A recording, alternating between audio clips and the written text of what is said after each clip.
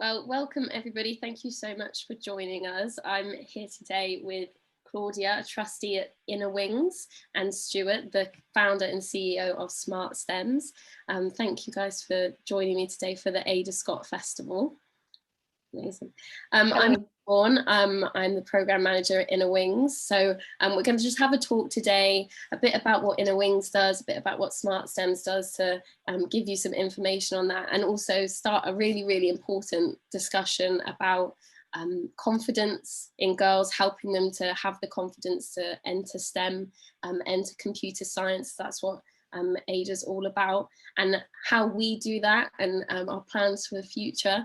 And yeah, I think it's going to be a really, really interesting talk. So thank you so much for joining. So Stuart, if you'd like to give a bit of an introduction about SmartSTEMs for everyone who might not know what you do, that would be amazing. Thanks, Siobhan. Pleased to be here. So SmartSTEMs are a charity based in primarily in Scotland, but we work across the UK, and we deliver digital and virtual events into schools. And the physical events, we take children onto university and college campuses to show them about some of the courses and jobs. And if no one's been to campus before, that's pretty useful. And we do virtual events, which we kicked off really during COVID. That are aligned with the curriculum for excellence, and we planned lessons to deliver alongside teachers, where we have speakers come on and we try and open up people's aspirations about the opportunities in STEM that exist for them later in life. Fantastic, perfect. And Claudia, if you want to give a bit of an introduction about Wings. Yes, definitely. So Wings is a confidence building foundation. And we really focus now on the earlier age primary schools, children. And as the name says, we build confidence skills in young children, focusing a lot of the curriculum on the challenges of young girls as well. And the charity was founded by Melissa and Darren. Melissa was supposed to be here today, and probably you saw in the name of the event, she was going to be here with us. And she had a family emergency just before the talk started. Everything's okay, so nothing to worry, but I mean, she couldn't be with us. So I'm a trustee and spokesperson for the charity. So jumping in here to have this conversation with Stuart, which I'm really excited about. Fantastic. So if we kick off with first question, just kidding. So we've come together for Ada Scotland, and they have that focus on helping girls get into computer science, a key STEM subject. Stuart and Claudia, what have you observed about girls and their interest in STEM subjects, and maybe their confidence when it comes to going for STEM subjects? Well, I find with young people and with girls in particular, if you get exposed to these topics, and they meet someone who does it, they don't continue to think as they perhaps can do early on, whether that's been at home or at school or wherever they've picked it up. They sometimes have a notion of girls' jobs and boys' jobs, and if we can divest them of that notion, that's a really positive step. And so getting a role model or someone who's been there and done it at a different age group, maybe someone who's started a company, someone who's working at a really big company that we think sounds pretty cool, that can be a great way to get the kids to continue to keep it in their options. Mm-hmm. And that's all we're trying to do. We're not trying to get them to do X or Y. We just want computing science to remain an option until the point where they might actually figure out that they're good at it, and then they can stick with it. That's our sort of view of things. Claudia? Absolutely. Yeah, no, and I love the work you guys are doing, because exactly when we did our research about how confidence impacts the career of women like later in life and the choices they make, which subjects to take, one of the points we hear is exactly that, perhaps lack of role model, right? They normally, the first role model they have in their lives are the mother figure, the grandmother, and it's a perpetuating generation over generation of women not taking those careers, right? So I think the work that you do in terms of, actually, there are a lot of women who are now entering those careers. It's a possibility, right? Just inspiring girls that it's a possibility, and showing role models or people who've done it. I think it's a fantastic first step. It's like they don't know that they can be something if they if nobody tells them it in a way, or if the world tells them, actually, this is the kind of profession for women, this is the kind of profession for men, right? Absolutely, it's that wonderful feminist mantra: you can't be it if you can't see it, right? It's a real thing, and there will always be trailblazers in life, and those people don't need any role models; they'll just get on and do it. But for Pareto always applies that for that other 80, maybe even 90%. It's kind of helpful if they see someone who's done it already, that they can speak to and ask questions. And I see your job on your side of the fence and my side of the fence is really speaking to these kids. And once we've allowed them to think about a possibility, we can then start to nurture them, and it might yet become a probability. And then increase the odds of it happening. But I think the work you're doing around confidence building is phenomenally important and necessary, because some people just don't feel they're on as sure a footing as they need to be, and they need to get that confidence to strike out into a field where they're less represented. Not everyone's able to be that trailblazer, so we need to find ways to build that. And so I think what Inner Wings are doing and trying to focus on that, and it is key that they do that against other organisations like ourselves that are focusing more on a particular skill or awareness. The confidence is something that's been overlooked by lots of people up to now, in my opinion. Mm-hmm. I think one of the key statistics that we see, and we talk a lot about it in Wings, is between the ages of 8 and 14, girls' confidence drops by 30%. And I'm just curious, I know you work with schools a lot in person, and you do your workshops. What are the girls saying about their confidence or about their interest? Like at that age, in those, we work up to 14, like what's their opinion of themselves when it comes to STEM? There's quite a broad church in terms of how people present themselves, but I think broadly, that sort of onset or early stages of puberty doesn't lend to great confidence among lots of young people. And there's just that period where they're more inclined to fall in with the herd. And then just once you come out that age at 14, 15, at that point, they're ready to be more individual. They're ready to be more idealistic and chase down their dreams. But it may have happened that in that 8 to 14 age range, they've taken physics out of play, or they've taken computing science out of play.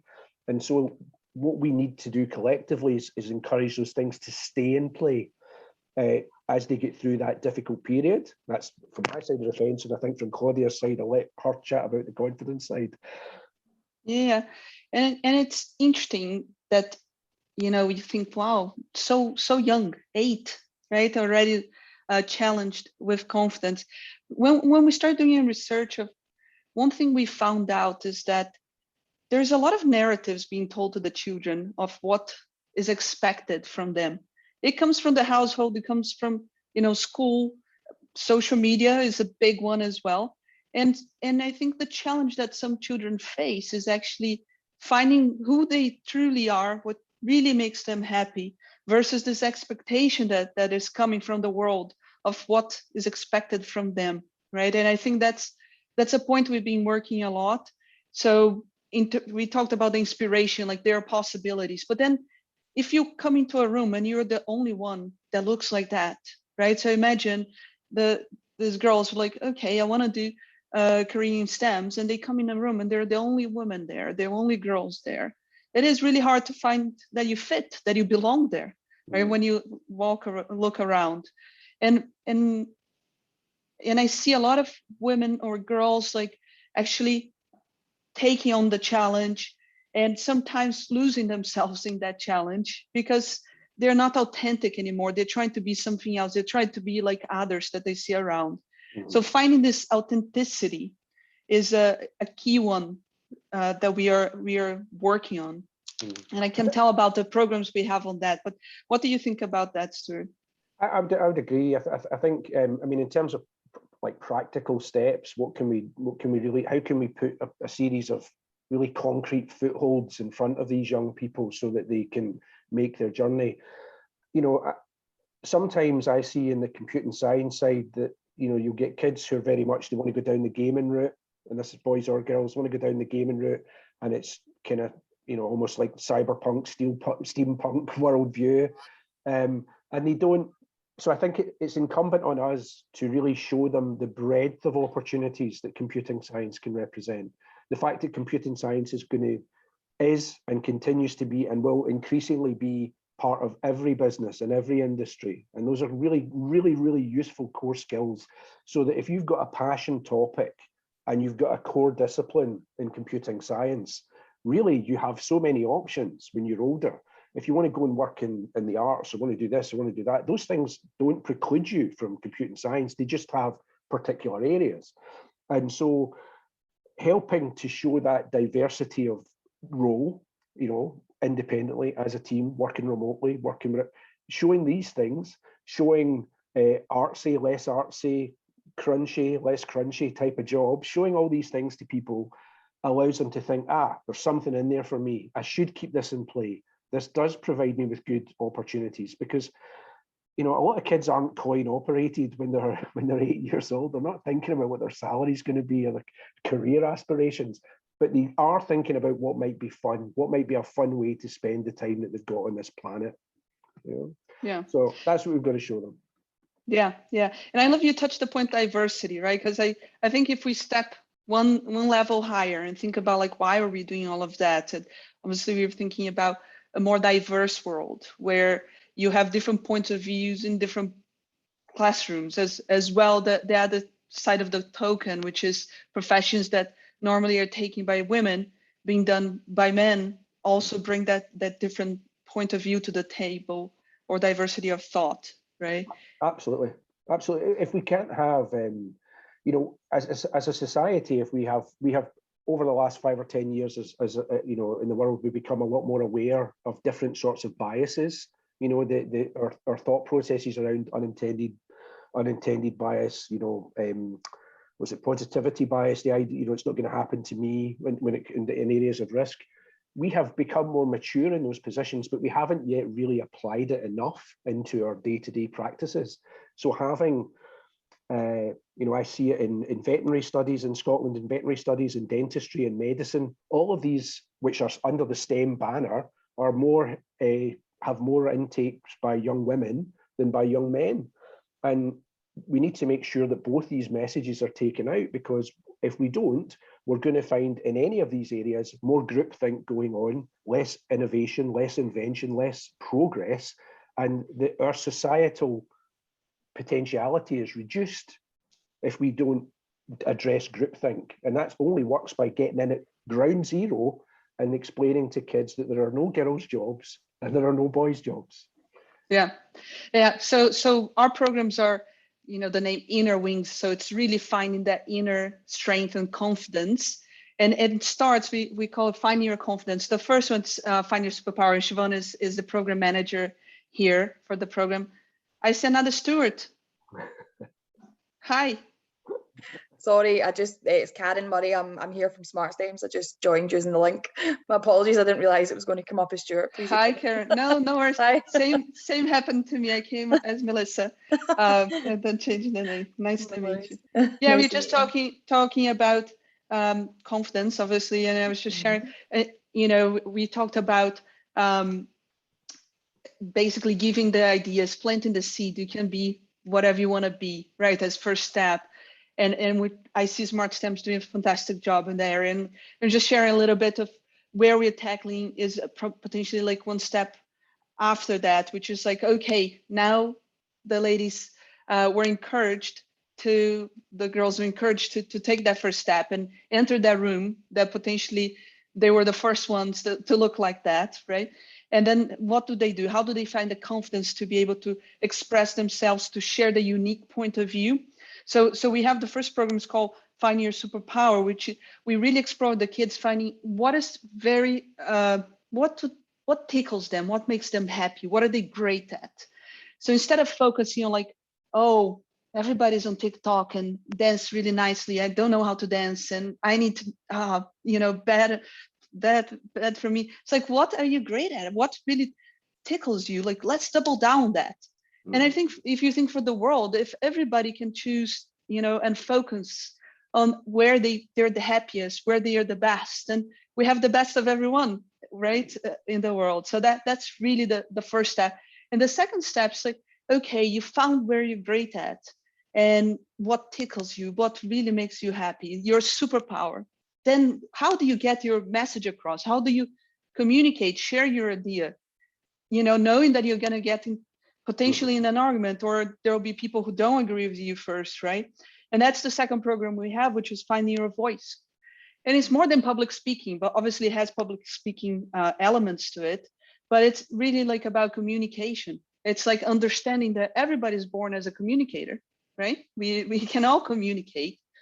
That how to deal with anxiety when speaking out loud, when sharing your opinion. So we have really good tricks and tips to actually get the kids confident in speaking, and mostly coming from the inside, knowing that that is important. They want to do it, so they don't have the stage fright and get scarred for life. Like, I don't want to be put in that position.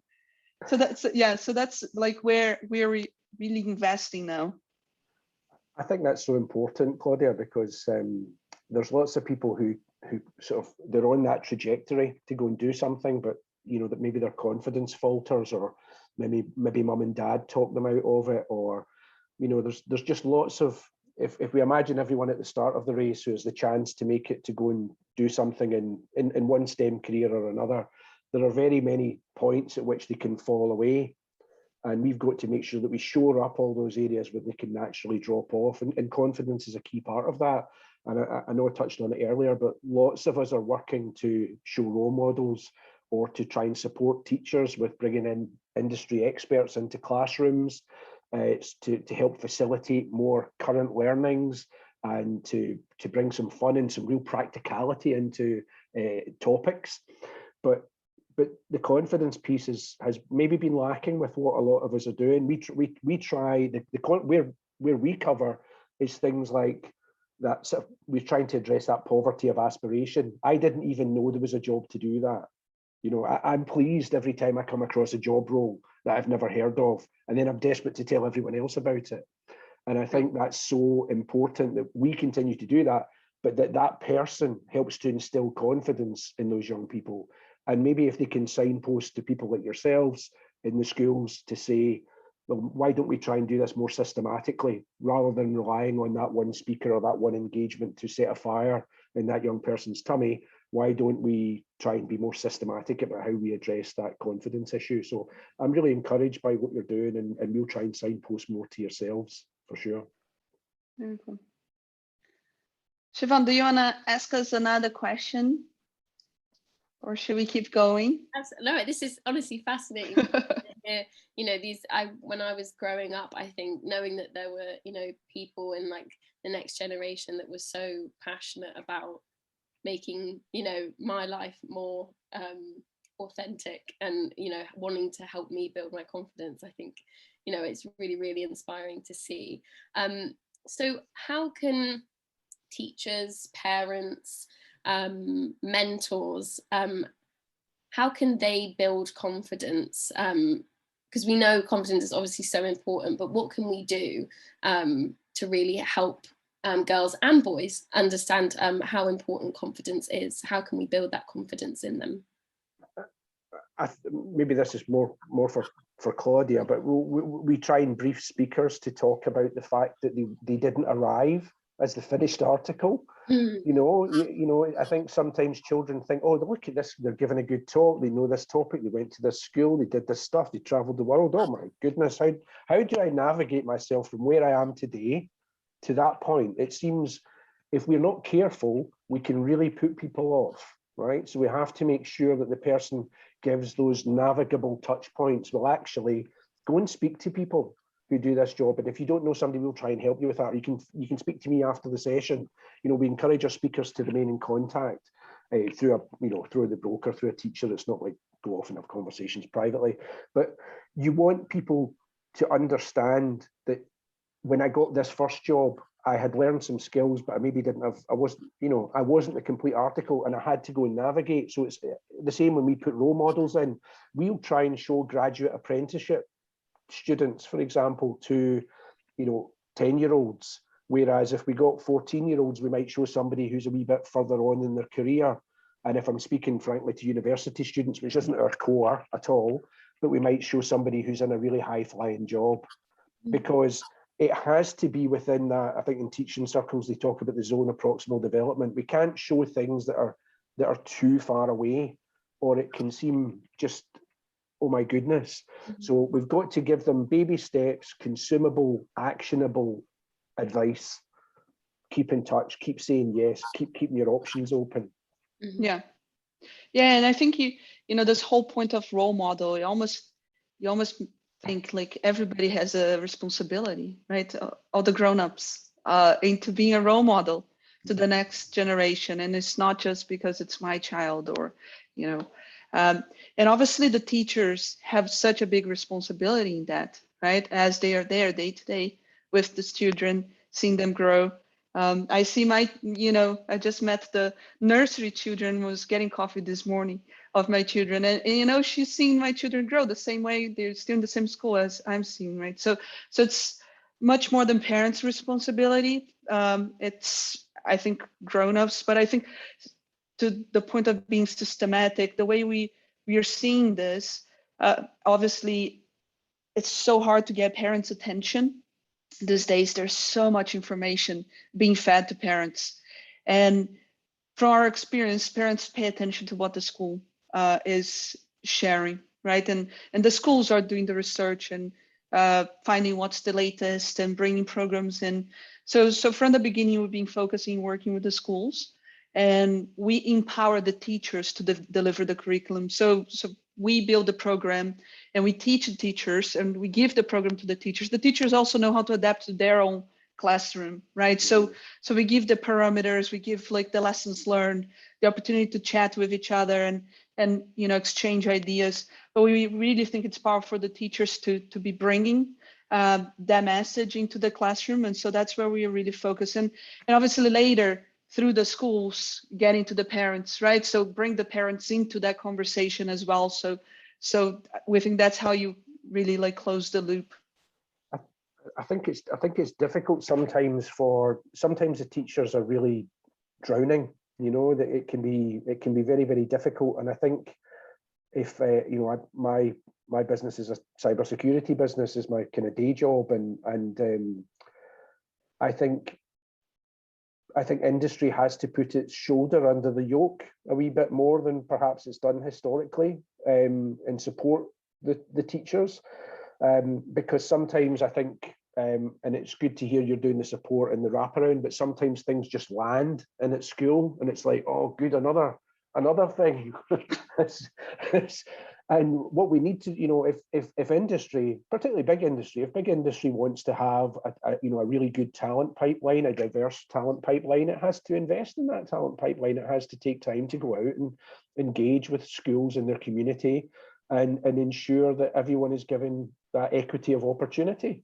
And industry has its part to play, as do students. And I think as we go through the school system and go through the college or university system, which not everyone does, but if that happens and you end up in industry, your time hasn't finished then. You know, you've got to go and give something back. And I think that I would like to see personally more of a societal shift to more people doing more volunteering and doing a little bit. If everybody does a little bit, you've also got a more diverse pool of volunteers as opposed to overly enthusiastic lunatics like myself.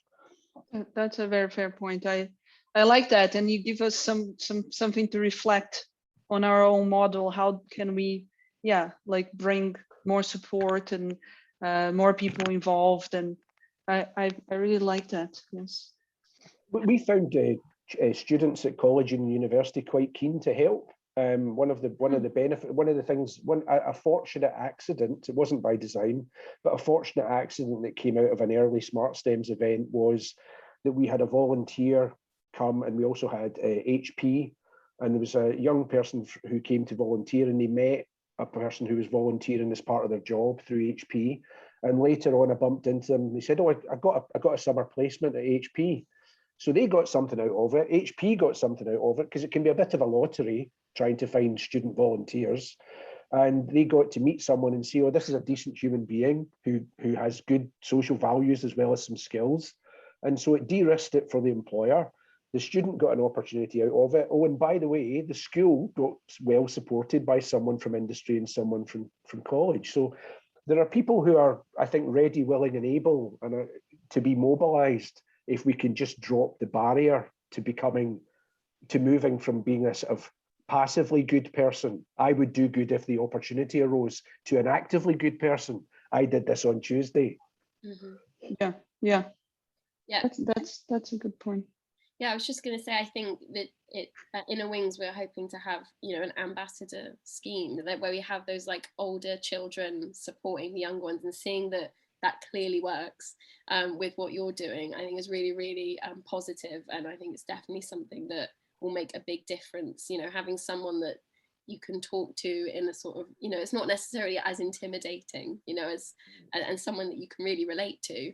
I think seeing that works is something we'll definitely take on board and really put into action. Well, we'd be happy to share a bit of best practice and all that if we can. I'm not saying ours is the best practice, but what we've found to be the best so far. I think also if you're doing, because you guys work across primary and secondary, right? You work across both. So if you, is that right? Mostly primary now. Mostly primary. So if you ever find yourself going into senior as well, even if it's just the first year of senior school, you can work with the school clusters, which is a nice way to do it as well. So you work with the feeder primary schools into the senior school, and that can be a good way to align, so there's a continuity in the service that you're providing. Oh yeah. They're great for parents watching, any teachers watching, to really try and find that. Maybe if it's your kids, try and find those maybe slightly older kids in those fields and connect them with them. I think that would be really, really helpful and positive for your. Yeah, and we are hearing when we go out there and ask, what is, when we see like the confidence being shaken up, and we see that there are some transition points in the children's career and growth, and that point of transitioning schools is a big one. When they go from being the elder in a school to being the younger and not knowing what's going on, right? So I can see the impact of that for sure. I'm just conscious of time. I think with the last 3 minutes, it would be really great if you guys were able to share, how people can get involved. If anyone watching wants to work with SmartSTEMs or get them involved in your school, how can they do that? Yeah, so if they would like to get involved, they can have a look on our website, which is smartstems.org, and they can send us an email at hello@smartstems.org. We also have, if anyone's on the industry side, I'm not sure quite what the uptake is between sort of teachers and professionals, but anyone who's on the professional side, if you would like to become an advocate for us or get involved in My Job or My Journey, you can go on to if you type become an online advocate, SmartSTEMs in, it will take you straight to that link on the Google, and you can come and fill in your details. We'd love to capture your story and get you in talking to schools. We don't have enough diverse stories. We're always looking for more. Fantastic. And yeah, Claudia, I see you've put the email in the that's exactly. No, she's a pro. So yes, that email, contact us, please, forget the please, but contact us at innerwings.org, but please. If you're a teacher, so our programs are free, and we'll be willing to work with you on what works for your school, for your classroom. And if you're a parent, if you have children in school, you want to bring this program to school and can introduce us to your school, to your teachers, we'd love to hear from you as well. Same email. If you're interested in volunteering with us, our website's innerwings.org, and we'll have a link. Join the movement, and you can join us there. Yeah. That was so much more professional than mine, Claudia. I'm so impressed. That is, you covered the free, or everyone's favorite price point. You said it was free. The schools can get involved. That was spot on. I wish I'd done it as well as that. All those things, but also us. We do that too. Yeah, please go and have a look at SmartSTEMs and Inner Wings. Thank you so much. Siobhan, I'm seeing a question. Oh, is it a question? Yeah, like it changed to Q&A on the right side. Do we want to answer that? Yeah, so the question is, would it be possible to go in at government level and helping them by suggesting that each LEA, I'm not sure exactly what that means. Local authority. Should be, there you go, local authority should have a STEM champion that looks after the schools in their area. Brief thoughts on that? So some of the, about, well, Karen, you might be able to help with the timelines here, but I guess about 3 or 4 years ago, there was lots of STEM champions in lots of the councils. Not all of them appear to have one now. So I think it sort of went into vogue and went out of vogue, or it was a post that was funded for a year or maybe 2 or 3 years. There are still some, as far as I'm aware, but not many. I'm fairly confident STEM's getting a reasonable turn at most in most local authorities. I think what's maybe been lacking is some of the things that maybe it's not for this. It's maybe more difficult for the state to provide, and that's some of the pain points that we've talked about, which is role models and people talking practically about the careers you can have, and that's probably industry's job to get involved in that, not to be political about it. No, absolutely. And then very quickly, about building confidence for boys too. Claudia, if you want to take this, or yeah, I think from the beginning, we are a confidence building foundation. Our logo is a girl, and we've been focusing on, let's say, the brand visuals and everything for girls, as our founder has a girl, and she's seen that that's where a lot of the challenge that she's seeing as a mother, and like being a woman herself. But when we start looking around, it doesn't make sense to do programs just for girls. So obviously all our programs are for both genders, so it's inclusive of all. And it's particularly after COVID, COVID's affected every child, being isolated, and we're really, really keen to make sure that our programs benefit both genders, and both will be brought up by each other, being in the same room, working together. With, there is statistics to back up that, there is an issue with girls' confidence, but all children can benefit from, the work that both SmartSTEMs and Inner Wings are doing, and it's very much open to both. So yeah, to make that clear. Oh, that's really good to hear. I think it's interesting. It's a fair point. I mean, I think if we're interested in equality and equity of opportunity, then that is a pervasive issue. It goes across absolutely everything. The latest research to come out seems to indicate that the most disadvantaged group is working class white boys below the poverty line. Kids below the poverty line from a working class white background are the most disadvantaged. We focus at SmartSTEMs, we focus not exclusively at all, but we primarily focus on SIMD 20 areas as our main target, and then even within that we'll try and find people where nobody's been to university in the family background. There's maybe people without employment, so we'll try and focus on those that are most hardest to reach, got the furthest to come, and have been overlooked. But you know what? Everybody deserves an opportunity to live the best life that they can. That's everyone, and we've all got a part to play in that. Yeah, I think that's a good note to end it on. Thank you so much for joining. It's honestly been so interesting just to listen to, even though I'm part of it. It's so great that we're having these conversations. I hope the people watching, I hope you have something you can take away from this and feel inspired as well. And thanks to Ada for putting the festival on. I think it's an amazing opportunity. So yeah, thank you so much for joining us. If you want to get in contact, reach out, and I hope you have a lovely rest of your day. Thanks, guys. Thank you. Cheers, everybody. Bye-bye. Bye.